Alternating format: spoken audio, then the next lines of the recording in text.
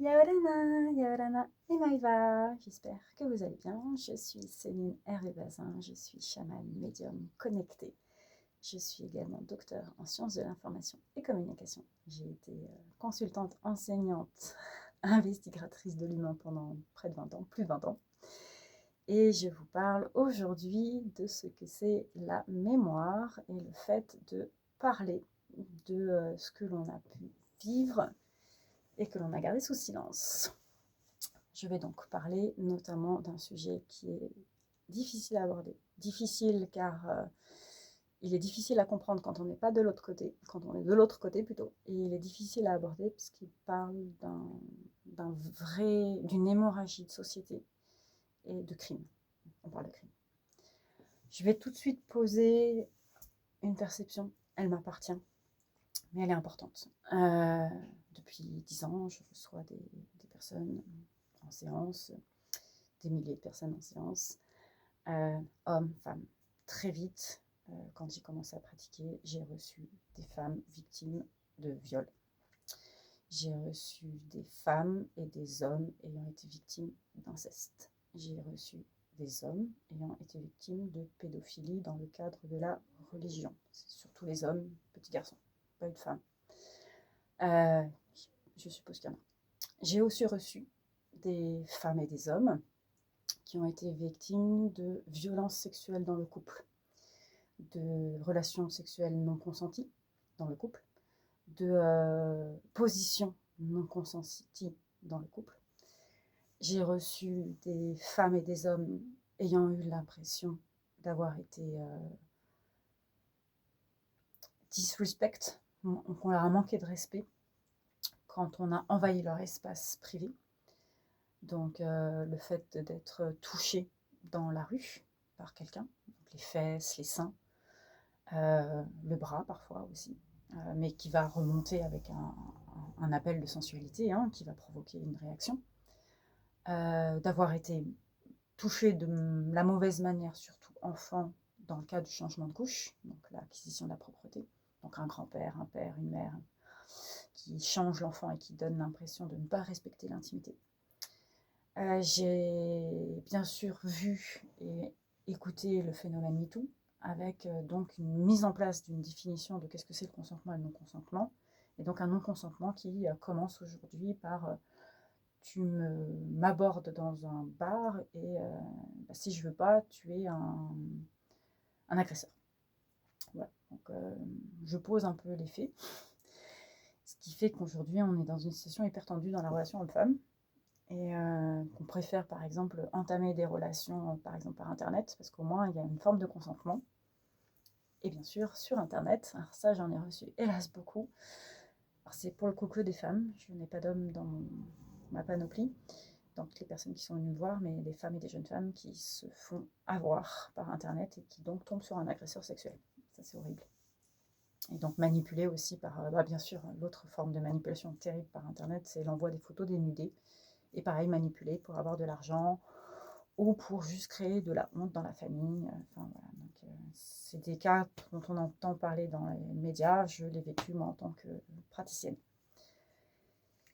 Je vais maintenant me poser mon propos quand je vous ai fait un petit peu l'état des lieux que j'ai pu vivre. Alors je suis désolée de parler de toutes les personnes qui m'ont confié ce qu'elles ont vécu comme un état des lieux. Elles ont nourri en fait un regard aussi de thérapeute, sociologue, de chamane humaine, j'espère. En tout cas, je pense à chacun d'entre vous, à toutes les personnes qui sont venues me voir, parce que là j'ai beaucoup d'émotions, je vois beaucoup de vos visages et je vois combien vous c'est votre vie, c'est la mienne aussi d'ailleurs, puisque ceux qui me connaissent savent que j'ai vécu un attouchement petite et que j'ai la mauvaise tendance de me mettre, je me suis mise quand même dans une relation moi aussi avec un narcissique qui a eu une violence à mon égard. Donc je l'ai répété en tant que femme et c'est moche, c'est pas beau, c'est comme ça. Mais je le prends, comme vous voyez, avec beaucoup de détachement, puisque justement j'ai l'outil pour comprendre ce que j'ai mis en place et le vivre. Maintenant, je vais être claire, je suis très inquiète et en véritable questionnement vis-à-vis de cette société qui met tout au même niveau. Il y a des niveaux, et je sais et j'entends combien ton ressenti est juste, combien ta vérité est juste, combien si tu t'es senti agressé par quelqu'un qui t'a mis, là je pense à plusieurs personnes qui sont venues me voir, et même à moi, que j'ai vécu un homme qui s'est commencé à se masturber dans le métro, à montrer son zinc dans le métro. Ma réaction, c'est de dire, bah, monsieur, allez ailleurs et cachez votre truc, quoi. Et les femmes qui sont, elles, paralysées et qui ne savent pas quoi faire. Ça, déjà, ça devrait être dénoncé. La personne devrait être arrêtée, passer une nuit en prison, au commissariat, pour réaliser son truc. Donc, avoir une gradation sur la pénalisation de ce qui est vécu. Et quand j'entends des hommes qui me confient qu'aujourd'hui ils sont agressés par des femmes parce qu'ils osent prendre la parole dans le bar, je me dis, faut arrêter aussi les femmes. Peut-être pas leur faire passer une nuit en prison, mais les arrêter de bar pendant un mois, quoi. Enfin, il y a un moment, il faut trouver un équilibre. Mais ça, on parle d'un ajustement de comportement. Et de faire comprendre que oui, il y a un respect. Et de laisser quand même une forme de respect mutuel, de consentement mutuel, de faire confiance dans le fait qu'on va respecter ces limites dans notre société, au lieu de les pointer et de tout définir, parce qu'on finit par casser ce qui est beau dans la mise en lien. Bon, après, voilà, je ne sais pas si c'est une bonne idée ou pas. En tout cas, c'est ce qui me paraît aujourd'hui cohérent. Par rapport, par contre, à les niveaux.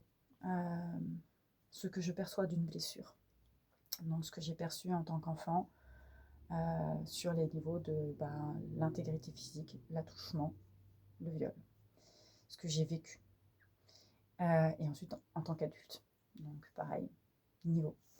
Et il faut comprendre que, pour moi, la majorité des personnes, je crois que j'ai pas une seule exception dans les personnes que j'ai pu suivre, il y a forcément un mécanisme, enfin j'ai observé un mécanisme très similaire, c'est déjà la mise sous silence, ne pas dire, ne pas accepter, ne pas en parler. Moi, en tant que médium chaman, quand ça arrive, la personne arrive, et que l'information arrive, donc ça arrive, ça arrive, dans mon programme donc de lecture des énergies de l'autre, je vois tout de suite ce que j'appelle un fantôme.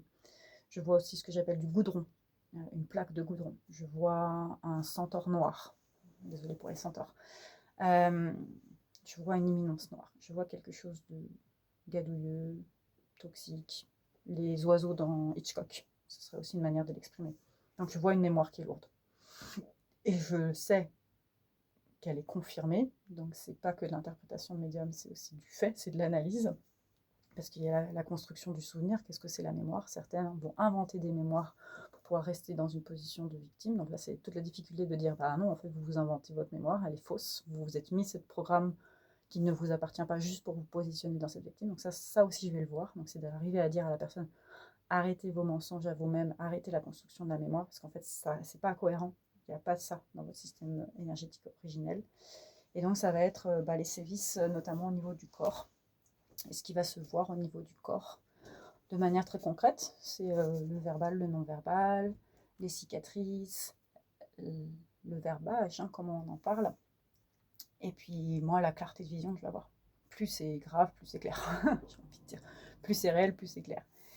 Ce qui me permet de dire que quand les personnes arrivent dans mon cabinet et ont vécu ces événements traumatiques et qu'elles ont mis un voile de l'illusion, parce qu'en fait c'est une illusion, elles se baignent dans l'illusion qu'elles n'ont pas vécue.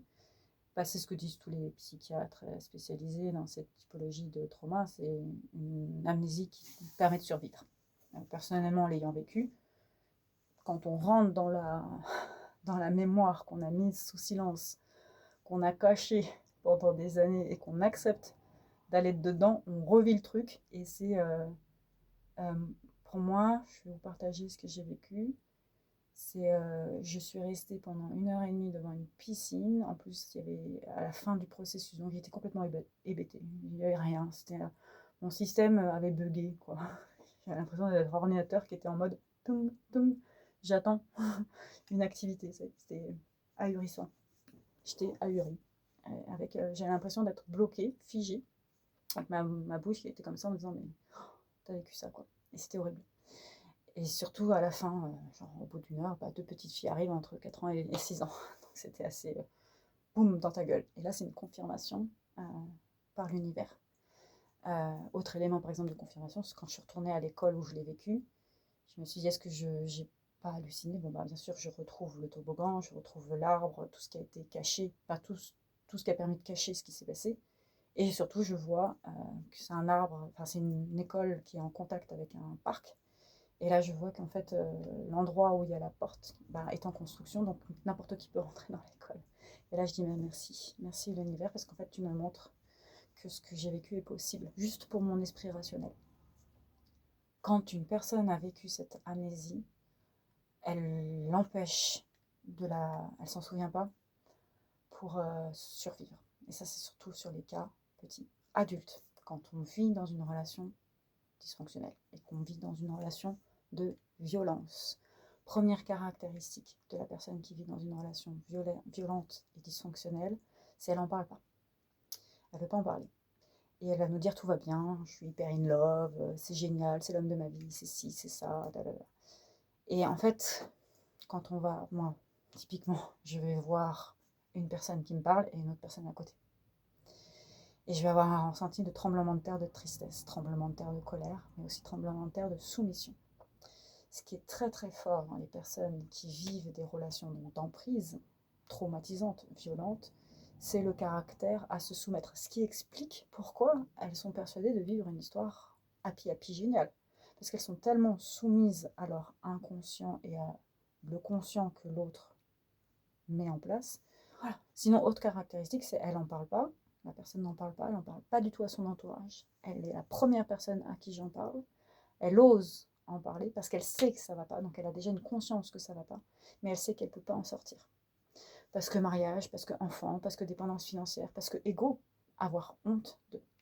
Personnellement, quand moi je l'ai vécu en tant qu'adulte, je savais complètement. Je suis restée parce que j'avais tout simplement, c'est terrible ce que je vais dire, mais j'avais envie d'observer, de vivre les mécanismes. Et j'ai compris que j'avais besoin de me brancher à cet égrégore par légitimité de chaman. J'avais entendu tellement de femmes qui avaient vécu des relations avec des narcissiques, des manipulateurs, des personnes méchantes, mauvaises, qui veulent le mal, qui veulent exercer un pouvoir sur la femme, que j'avais besoin en fait de vivre moi-même pour pouvoir être dans la profondeur de ma pratique. Ça va pas très bien là-dedans. C'était rien à voir pour moi avec ce que j'ai vécu en tant qu'attouchement. C'était juste ma pratique de femme. J'avais envie d'être solidaire, de comprendre, de pouvoir analyser par moi-même pour pouvoir être plus meilleure accompagnatrice. Bon, c'est pas hyper top, mais ça peut être une explication. Ou pas. Qu'est-ce qu'on en pense là-haut?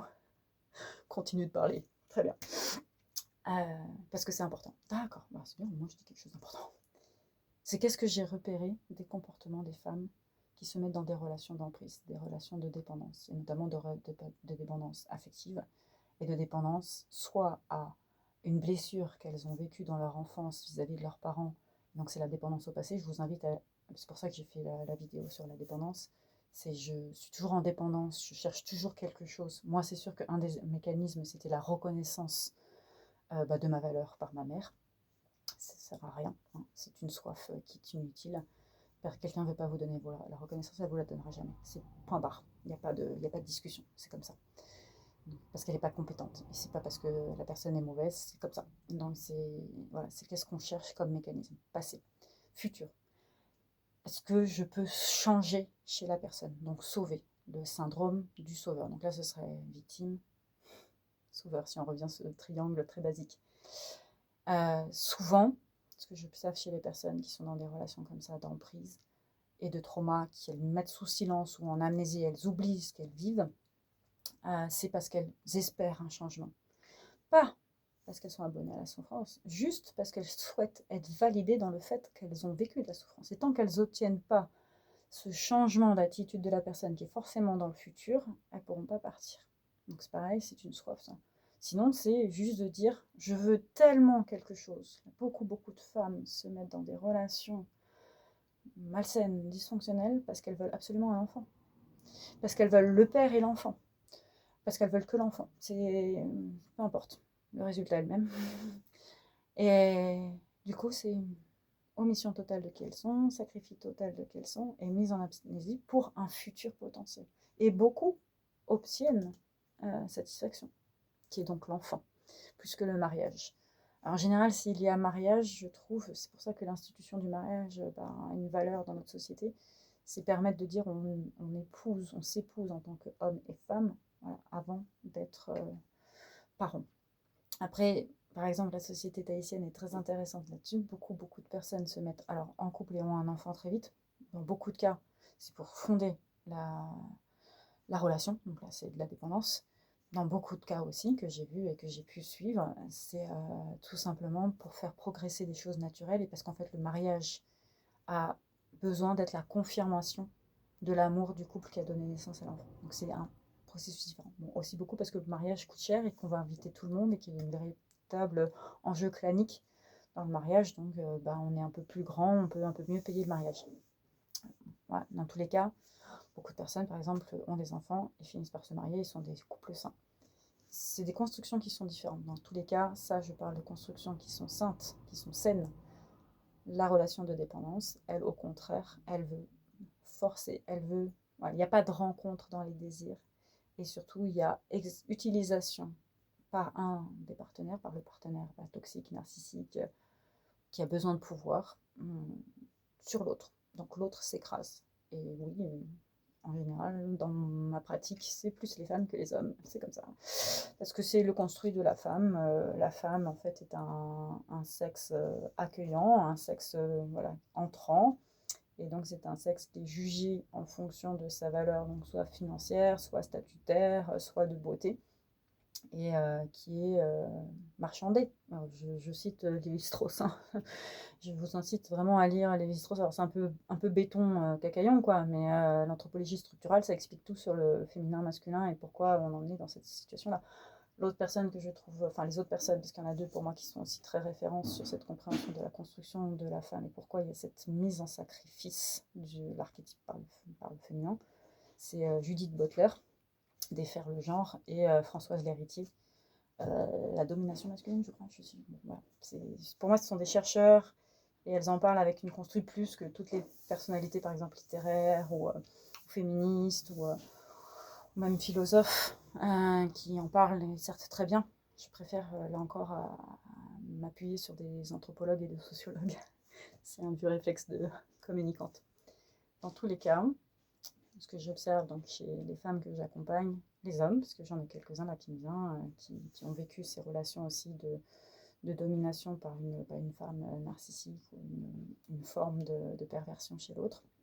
Ou tout simplement aussi, il y a tous les cas pathologiques on se marie avec quelqu'un qui est bipolaire, schizophrène, et il y a beaucoup d'hommes qui peuvent aussi se sacrifier.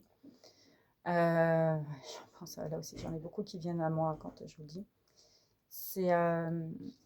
Du coup, c'est une soumission à un destin. Et ça, c'est très très fort. Et c'est ce qui peut aussi expliquer pourquoi on n'en parle pas. Parce qu'on est persuadé que c'est son destin. Donc ça, c'est, j'aurais envie de dire, la conception systémique de je suis censée être en souffrance, ou je suis censée me sacrifier, ou on m'a dit que c'était comme ça que ça se passait le couple et la vie. Et donc ça, voilà, j'accepte et je souffre et je vis. Bon, 18-18, quand je dis, c'est que tout est dit. Donc c'est une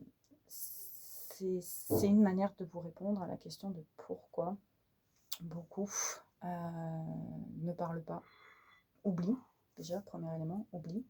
Mettre sous silence, et c'est une manière d'oublier, de mettre sous silence, parce que ce que l'on ne dit pas n'est pas dissible, donc n'est pas intelligible et n'est pas concret.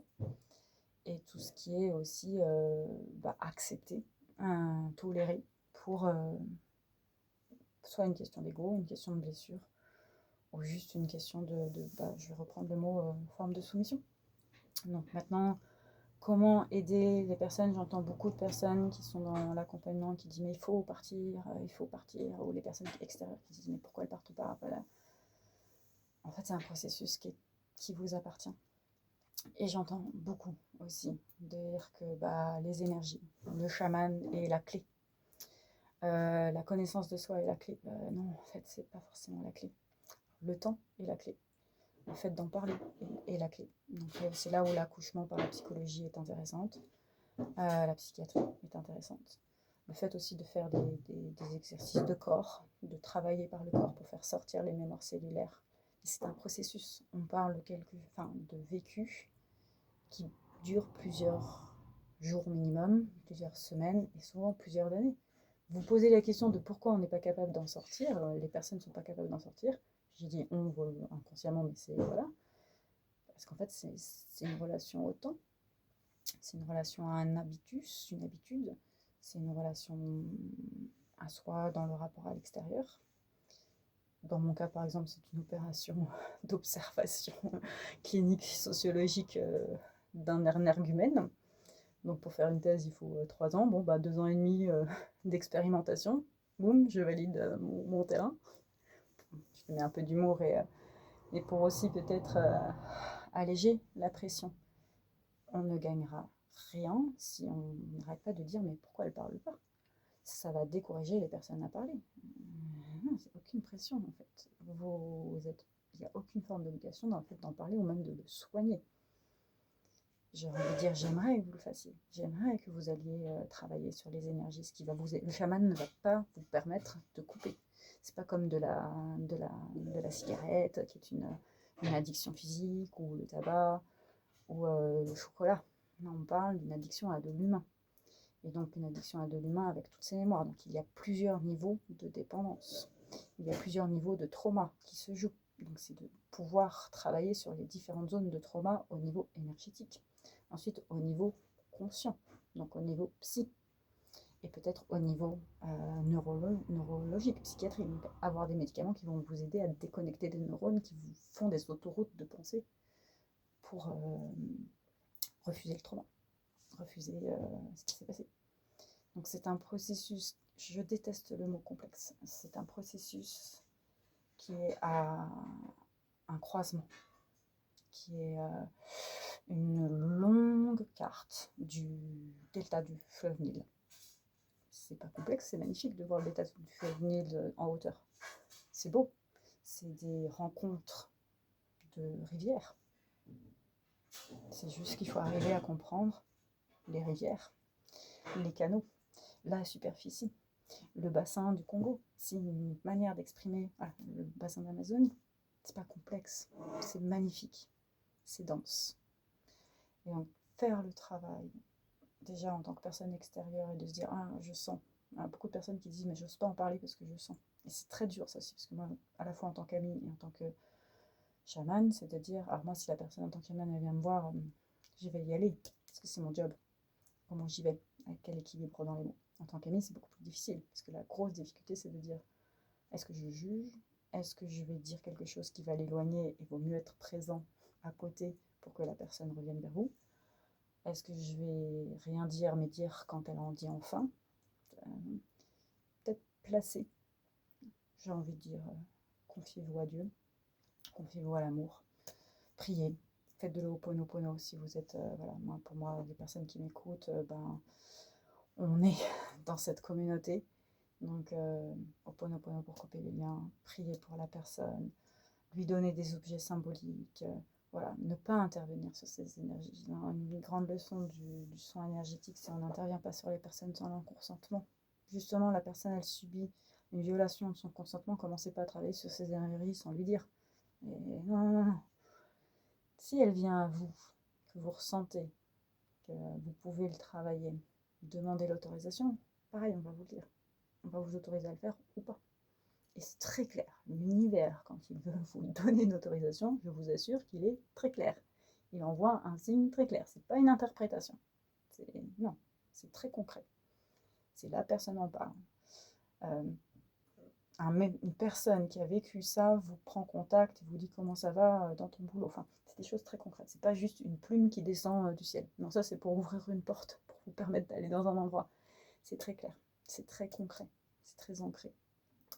Entrer dans un champ énergétique d'une personne qui vit des situations d'emprise, c'est peut-être répéter ce qu'elle vit et donc devenir vous-même un violeur. Et elle va peut-être avoir une réaction encore plus violente contre vous parce que vous avez rentré dans son intégrité et qu'elle peut s'en prendre à vous, mais pas à la personne avec qui elle vit vraiment le trauma.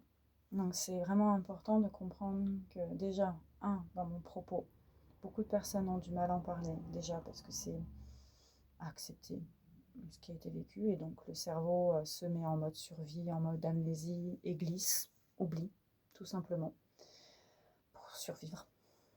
Donc, autre mécanisme, c'est l'espoir, l'attente, l'espérance, la projection, qui permet là aussi la survie. Donc un déplacement vers un rêve, une illusion, une projection.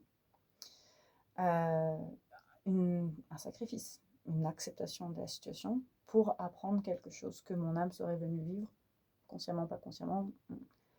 Consciemment, c'est souvent lié à une croyance limitante venue des parents. Je suis censée souffrir en couple. Parfois, c'est par éthique. Je pense à plusieurs hommes, là, c'est des hommes qui viennent, qui vivent avec des femmes malades, pathologiquement, qui acceptent, en fait. Et là, je ne sais pas si ce qui me vient, en tout cas, quand je dis, c'est entre guillemets un sacrifice du masculin, mais dans son vrai rôle, parce que l'homme est censé, pour moi, guérir et protéger. Après, voilà, ça n'empêche pas les faits concrets d'une vie qui est passée à se sacrifier pour un féminin. Après, est-ce que ça fait du bien au féminin? Une grande question. Je vais laisser ça.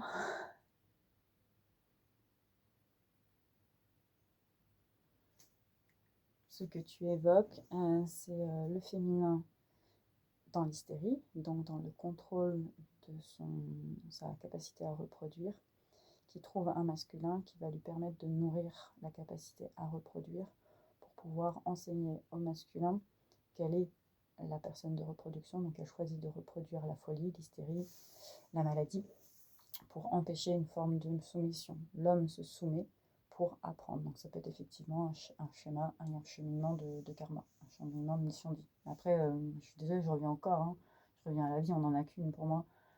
Pourquoi l'homme reste? Et c'est comme pour la femme, pourquoi la femme reste? Joli miroir, d'accord. Bah oui, parce que c'est tout ce que j'ai dit.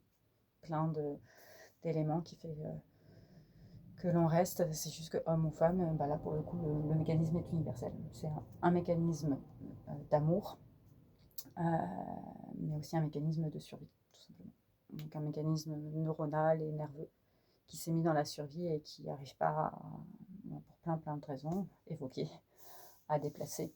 Et c'est vrai que j'avais vraiment cette notion, merci de me le montrer, qu'une manière de sortir, ou en tout cas d'accompagner quelqu'un pour sortir de cette situation, c'est de lui former un nouveau corps énergétique. On parle beaucoup de plasticité cérébrale, de la place, j'aurais envie de dire, des soins énergétiques, des soins chamaniques, dans cet accompagnement qui pour moi doit être aussi psy, il doit être accompagné par des professionnels qui connaissent la psyché, qui travaillent sur la psyché, sur les comportements. Ça va être d'aider en fait les branchements énergétiques du corps, donc le fonctionnement énergétique de votre corps à changer. Donc c'est comme un électricien, c'est-à-dire que l'électricien, le chaman, l'énergéticien va être l'électricien, il va changer le système électrique de votre appartement. Par contre, pour pouvoir mettre la lumière et choisir les nouvelles pièces où on met la lumière, ça va être le travail par exemple avec un psy. J'aime bien, franchement c'est cool de te parler, j'adore les images que tu me donnes en live en plus. Voilà, bon, je crois que c'est tout est dit, de toute façon, je commence un peu à avoir chaud. Et puis c'est un sujet, voilà, si j'avais la solution, j'espère qu'elle sera entendue par tout le monde pour que les relations, surtout que les personnes qui infligent des traumas, donc des crimes aux personnes qui sont leurs proies, leurs victimes, leurs cibles, celles dont elles veulent prendre la lumière, merci beaucoup, on aura une autre société. Après, pour moi, on va vers cette société. On va vers cette société où on sera capable justement d'expérimenter l'ombre par la visualisation, par l'expérience dans la projection interne du corps, donc de comprendre ce que ces vices entraînent dans mon propre corps par les exercices de transe, par les exercices d'expérimentation par le corps. Donc c'est tout l'enseignement là pour le coup du Manuiti, de la pratique d'harmonisation énergétique, c'est de combien mes élèves, merci, c'est de la canalisation, je tiens à dire, mes élèves vont apprendre en fait à intégrer les mots du corps vécus par les collectifs, le collectif. Donc par exemple, ce que ça veut dire de vivre un viol, oui, ça me rappelle un de mes enseignements, oui, merci de me le rappeler, là je décroche juste de la canalisation. Quand j'étais en enseignement, je vous parlais du moment d'abrutissement, où on fait zéro contact, on est complètement ahuri. c'est quand j'ai vécu la zéophilie pour la première fois. C'est horrible, horrible, horrible, horrible, horrible dans son corps. Je veux dire, quand on le vit dans son corps, c'est impossible après qu'on touche une mouche, quoi. Qu'on veuille faire mal à un animal. Alors, bien sûr, on a peut-être des Roland, parce qu'on est des Roland, Roland Garros, des Roland en tant que chasseur. Et voilà, moi, c'est sûr que c'est quelque chose qui m'habite fortement. Mais c'est vraiment de dire que oui, quand on le vit par l'initiation énergétique, par l'initiation de la visualisation, par l'initiation dans le corps, parce que c'est vraiment ça qui est fort, c'est impossible de vouloir le répéter après. On ne peut être que compassion, on ne peut être que respect, on ne peut être que éthique. Et c'est tout l'intérêt de bâtir une société qui ressent et qui apprend, entre guillemets, cette fameuse ombre par l'expérience que les outils de l'énergie et du chamanisme peuvent nous donner. Waouh, j'ai mon cœur là qui est à fond et qui est convaincu. Et ça, c'est la société de demain. C'est bien pour ça que je suis là à parler et que Dieu intervient et que mon clown divin intervient et qui me dit t'as chaud, va profiter du jacuzzi parce que t'as tout dit. Yes, ça rime. C'est bien de mettre de l'humour sur une capsule aussi sérieuse, mon ami. Comment te dire? Je sens qu'il y a un petit décalage. Non? Non. Ok, allez, on prend. Surtout que je la trouve très belle, donc je vais accepter d'accueillir ce qui est partagé au monde. En tout cas, toutes les personnes qui m'écoutent, les personnes qui sont venues me confier ce qu'elles ont vécu de cet de cette expérience que je viens d'écrire, de ces expériences que je viens de décrire. Déjà, merci. Merci, vous m'avez fait un des plus beaux cadeaux de ma vie en venant vous confier l'intime. Toutes celles qui m'écoutent et qui vivent ça, je vous souhaite, bien sûr, si ça résonne, mon email, tiens, pour une fois, je vais le faire. Et dans cette... ah, waouh, cette capsule, vous êtes entouré. Les premières personnes qui vous entourent, c'est des personnes invisibles qui sont autour de vous. C'est une personne invisible, c'est une unité invisible, et puis c'est toutes les personnes. En tout cas, moi, et je suis certaine, toutes les personnes qui sont venues me voir en séance sont en pensée, sont en vibration, sont en énergie avec vous. Et le temps vous appartient. Je vous souhaite de prendre tout le temps du bon temps.